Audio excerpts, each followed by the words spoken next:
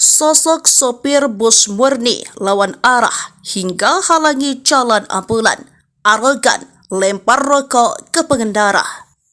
Inilah sosok sopir bus murni yang lawan arah hingga halangi jalan ambulan. Sosok sopir tersebut merupakan pengemudi bus murni dengan plat BK 7386CC. Ia sendiri mengemudikan bus murni dengan tujuan trayek Medan ke Banjahi. Diketahui jika sopir bus murni itu jadi sorotan karena bersikap arogan kepada pengendara lain hingga halangi jalan ambulan. Peristiwa itu diketahui terjadi di Bandar Baru Rabu 10 April 2024 pukul 4:20. Dalam video tersebut, tampak sopir bus murni melawan jalur dan terlihat ngebut di tengah kemacetan. Sopir lawan jalur bikin macet halangi ambulan. Bandar Baru Rabu sore 10 April 2024. Aksi sopir bus ini pun sontak ditegur pengendara lainnya. Namun setelah ditegur, ia malah marah hingga melontarkan kata-kata kasar kepada pengendara lain.